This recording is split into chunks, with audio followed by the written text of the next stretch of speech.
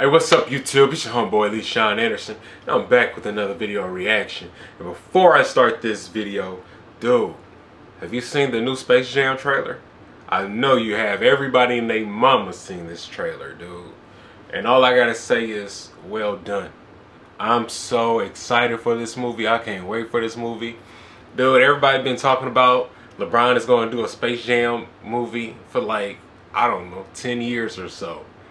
And it's finally here, and it's amazing. And I like the little, homages that it pays tribute to, with Lola Bunny throwing that ball up and having the arms out like Dwayne Wade. Like that stuff is, I don't know, I just like stuff like that. It's pretty cool. I'm gonna react to this John Mulaney video that somebody sent to me. Noel AKJG was like, hey, this was a good video, but watch this. John Mulaney is funny to me. He's talking about growing up in Chicago. So yeah, I'm gonna check this one out. D'Angelo, sing that song for me, please. All right, and let's get into it. I am very emotional about, I will also be talking about the game of basketball. I'm very emotional about this, and I'm a little high on Dayquil, so if I am rambling, please forgive me. But it's funny timing that this came up now because we just got through with March Madness, which I hate. Hey, it's March Madness now? Roped into a pool, Final Four. I don't understand what's happening. It's like those big water bottles where you're supposed to give to the homeless. Like, I don't know where the money's going, but like I want to look cool, so I give like a little bit. And then people hand me this bracket, and I'm supposed to like know what that means. It's basically when like the NCAA thing happens, people are basically doing like, hey, do you want to be confused for a month? And I'm like, yeah, can I pretend to be a man? That sounds good. That Gonzaga, that's a weird name. I'll choose them. I gotta win it. I've become one of those people who hate sports, and I've become one. I wasn't always, and I dislike that. But I do have problems with sports because it's supposed to be this like leisurely activity, but now there's like post-game shows and so much money and bureaucracy, and it's like someone took something that you're supposed to use to blow off steam, and they were like, hey, let's add some steam to it. But I didn't always. Like I liked sports when I was younger. I loved basketball when I was very small. I grew up in Chicago in the late 80s and early 90s. Basketball was kind of a big deal back then. And I loved it, and then was terrible at it. And living in Chicago back then and being bad at basketball would be like living in Baltimore now and being bad at heroin. Like it was But you have to understand, building up, I started playing when I was 9 years old. Building up to 9 years old, I was a huge Chicago Bulls fan. My dad would get tickets often, so we would go to the games, my brother and my dad and we would sit up in the first balcony and next to these three guys that we called fat, and skinny. One was fat, and another was fat, and the other guy was skinny. And it was just, they were exactly like the super fans. They all had mustaches, and they would drink and chain smoke through the game. And whenever we played the Cleveland Cavaliers, they would just chant, "Lamb beer sucks! Lamb beer sucks!" throughout the entire game. It was wonderful. And we would go up to the hot dog concession, and there was a guy that worked at the concession at Chicago Stadium, and he had hook hands. He had hooks for hands. And my dad would always use him to put life in perspective. He didn't have, when I say hooks, he didn't have hooks like Captain Hook's hooks, which are sharp. These were like two bent paper clips that he could use to grasp things. In this case, hot dogs. And we would walk up there, and we would get our order. We'd order, and we'd walk away, and we'd have them, and then my dad would walk with us away from the concession. And it got to a point where like we could time it. Like my older brother, we'd walk away, and my brother would go 3, 2, 1, and my dad would go, boy, that makes you think, huh? See that? He's got hook hands. You got two proper ones. Which bothered me because like that guy's whole life wasn't hooks, you know? Like he had other things about him. It wasn't like he woke up every morning and was like, hooks for hands, hooks why? Sometimes he probably rented a movie and made a night of it.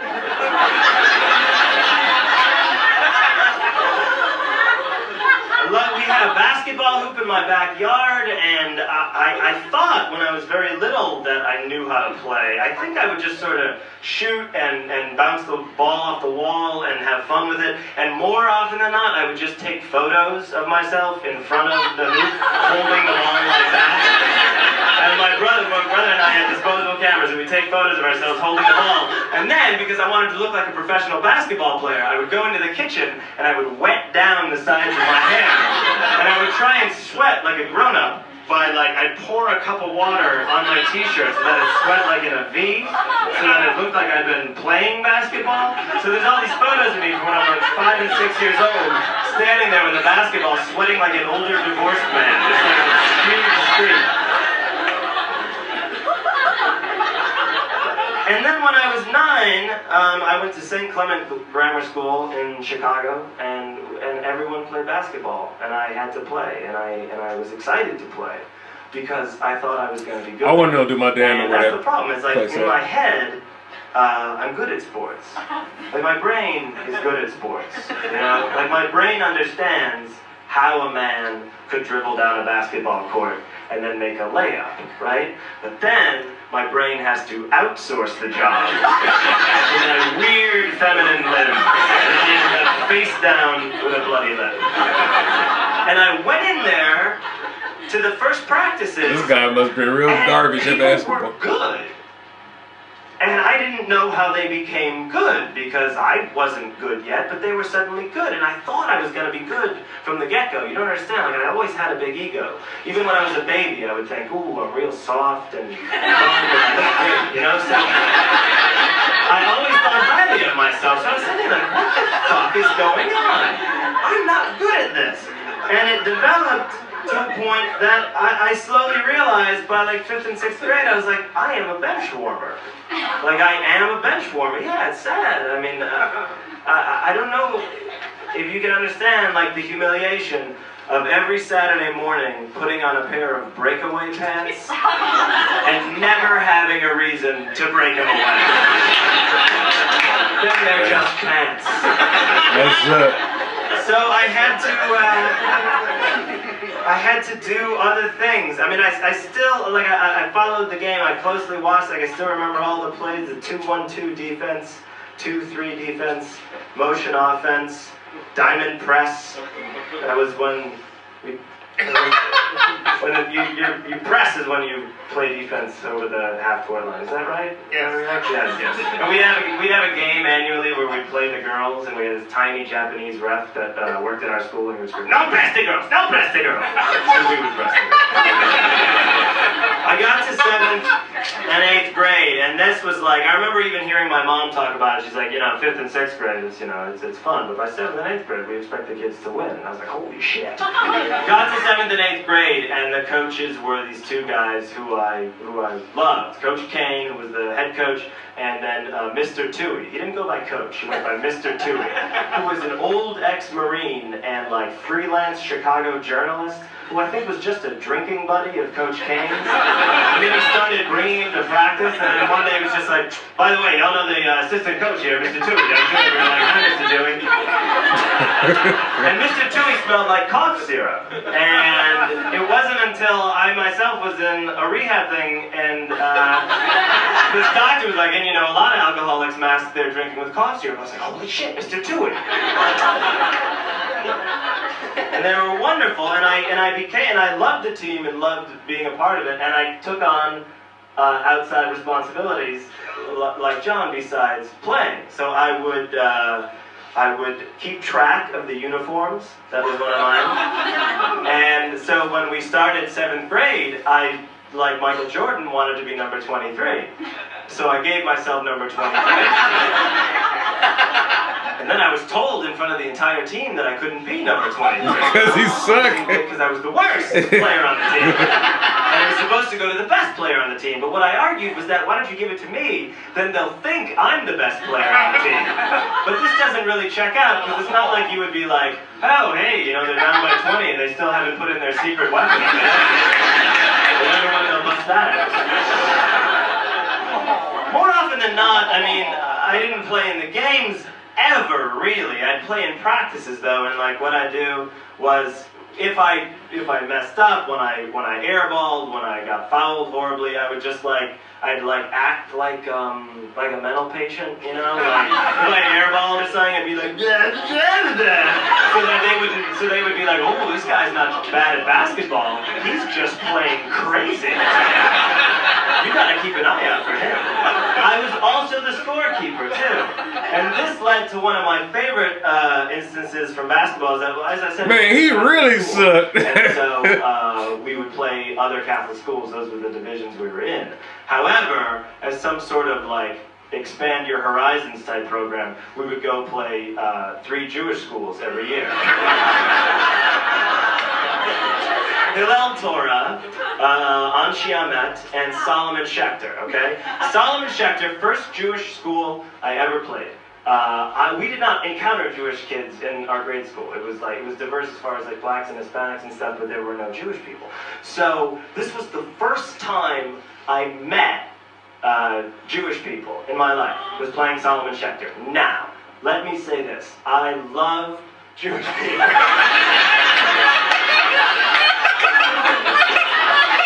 My best friends are Jewish. Seriously, I love Jewish people. I minored in Jewish studies in college. I love. He about to say some out of pocket stuff. Women, but and this is only about Solomon Schechter. This is the first Jewish people we ever met, and this is only about Solomon Schechter. They were point-shaving thieves, and they were greedy, and they wanted your points, so they stole them. And I was the scorekeeper. So midway through the second quarter, my coach is pacing around like coaches pace like co-kids, you know, he's like pacing around and he's looking at the score and he's like, wait a minute, we got 4 more points than that. And they're just like, no, you don't have 4 more points than that. And he goes, Mulaney, get up in their face and tell them what's what. So I take my record book and I'm getting up and he was like really get angry at him. And I get up in this grown man's face, this first Jewish man I ever met, I'm going, you're a liar! You're cheating us! Put those points back up! And they didn't, and we lost by about 4 points. Oh. So there was some animosity to that school, and only that school. And then at the next practice, my coach pulled us aside and he goes, we're not going to play Solomon Schechter ever again. I wrote him a letter, and I told him to stick it. And I picture that letter as being a single piece of paper that just says stick it.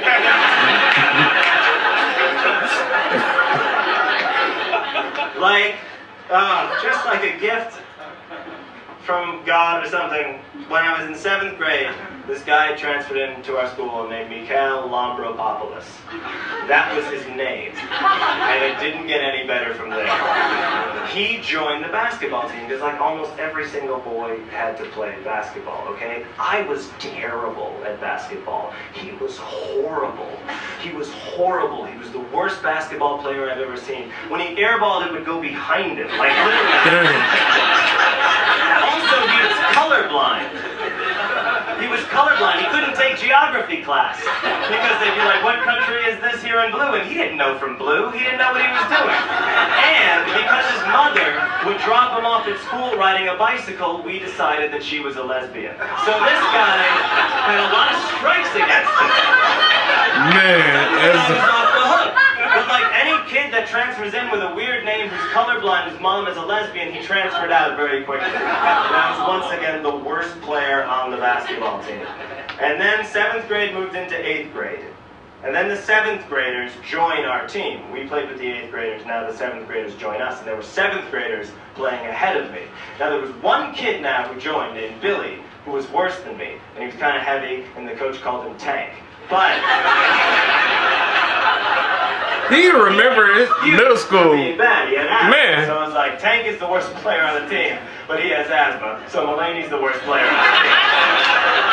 This is, by the the way, spoken about it, right? In the same way people are like, oh yeah, you're that comedian. Like people used to be, oh yeah, you're horrible at basketball. You're the worst player on the basketball team. I hated most especially playing in front of my brother. My brother was 2 years older than me, and he was pretty good. Like, he wasn't on the starting five. He would get the sixth man award every year, and he was respected. He was like a guy who like wasn't in the mafia, but he was like friendly with the mafia, so he was like respected by the mafia. You know? But it was a basketball team, and I hated playing in front of him, or him coming to games and watching me not play. It was so mortifying. And once, when I was in 8th grade, my brother came to a game, and he was sitting in the stands, and the water ran out. Like the water bottles ran out, and I knew that they were going to tell me to go get more water in front of my older brother. So I see the coach being like, and then it like came down. It came like I watched it like clockwork. People like passing it down to the end of the. They also put us at the end of the bench. Fuck you. What is that? So they're passing the water bottle down, and they weren't saying it, but it was just like give it to him, give it to him, give it to him, give it to him, give it to him, and it gets to me, and I absolutely like in a movie. I had the water bottles. I look up at my brother. He looks at me, and then I go, "Tank, fill these up," and I gave him the tank. There you go, man. Yes, but he couldn't play. Right. Alumni would come back and stuff. Don't try to poke me in front of my face. Practices. They would come back to stuff me. I found this out.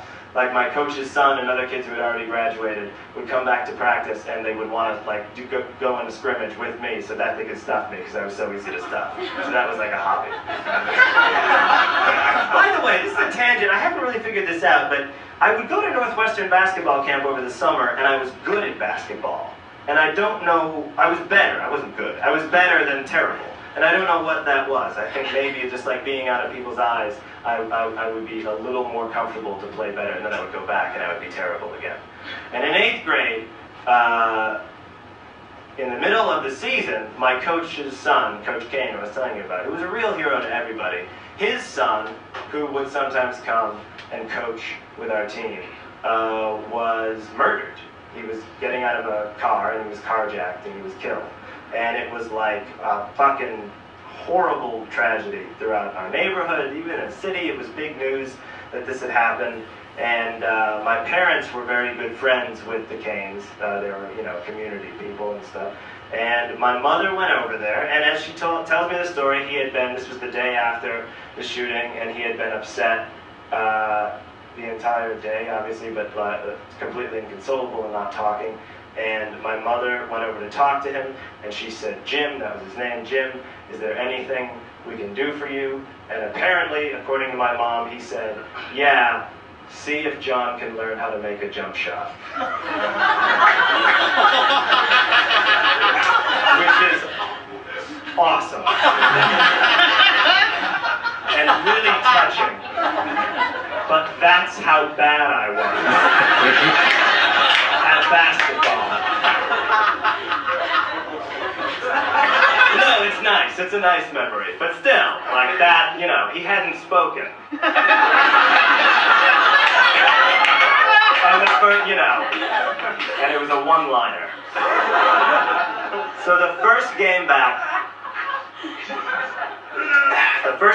his first game back, coaching us, we all had like black ribbons and stuff on our uniforms, and it was a very sad game, and we were very happy to have him back, but he was still very emotional, and so we were, the team was kicking the shit out of the other team. We were up by like 20 or something. And I should mention that the bench warmers would play in the last 30 seconds. Oh, so he played? It was kind of like towards the end of the Civil War, when it was just like the Union Army was just like crazy old men and boys who would like light shit on fire and rape it, and like they weren't trained soldiers, you know what I mean? It was like Sherman's March. It was just sort of a party, and we would go out there. Which I kind of always hated, because part of my rationale as to what people in the stands were thinking was that they were maybe thinking like, oh, maybe that kid's injured, so he can't play. Now when I go into the game, they're like, oh, John's not injured, John sucks. I went out into the game, his first game back, last 30 seconds, I had half of 1 minute to not do anything wrong. I walk out on the court and I get the ball. And I don't know what it was, hubris, I decided to go for a shot, you know? And I get fouled right away. I get knocked to the ground. And this ref runs over to help me up. And he's like, hey, hey, hey, don't you worry, son. We're gonna get you some free throws. I was like, oh, no, no, no. That will not be necessary. If you're looking to make this up to me, might I suggest a gift certificate? Dang, this dude really suck at basketball. Because I was about to take a shot, it was a technical foul. So they cleared the court. They were like, wow. What are you doing out there? Solo, really explore the space. And how god-awful you are at this game. So Man, he is garbage. You could watch me shoot free throws, and you could watch, like, my team's bench watch me shoot free throws. You know what I mean? And they looked at that moment like some, like, bizarre Last Supper painting, you know? It's just people like, oh, he's not gonna shoot free throws, is he? This is a really bad idea. And my coach in the middle just like, what the fuck? I got up to the foul line, and I airballed the first one. But I did not airball the second one. Because, I don't know if you know this, but after you airball, the goal no longer becomes to make a basket. It's just to hit some shit. To show the people in the stands that you have a general sense of the game. So I hit some shit. Bottom of the backboard, to be precise. And that was my last year of basketball. And at the end, this was 4 solid years of playing basketball. At the end of the fourth, And you didn't get better at all? Sports award ceremony, where all the teams would get together. And they do this every May. And the woman who was in charge of all athletics got up to give a speech. A very important speech that I'll never forget. She got up there and she said, you know, programs like the boys' basketball program are so important because the alternative for young men could be using drugs or alcohol. And that was the first time that I ever heard that there was an alternative. Hey man, this was pretty cool, man. I wasn't expecting this to be 20 minutes, but it was good. I like it. And that's gonna do it with this video. Like, comment, and subscribe. And if there's any other videos you want me to react to, let me know in the comments below. I'll react to it. All right. You have a good one. Be safe out there. Drink lots of water. And I'm out. Dose.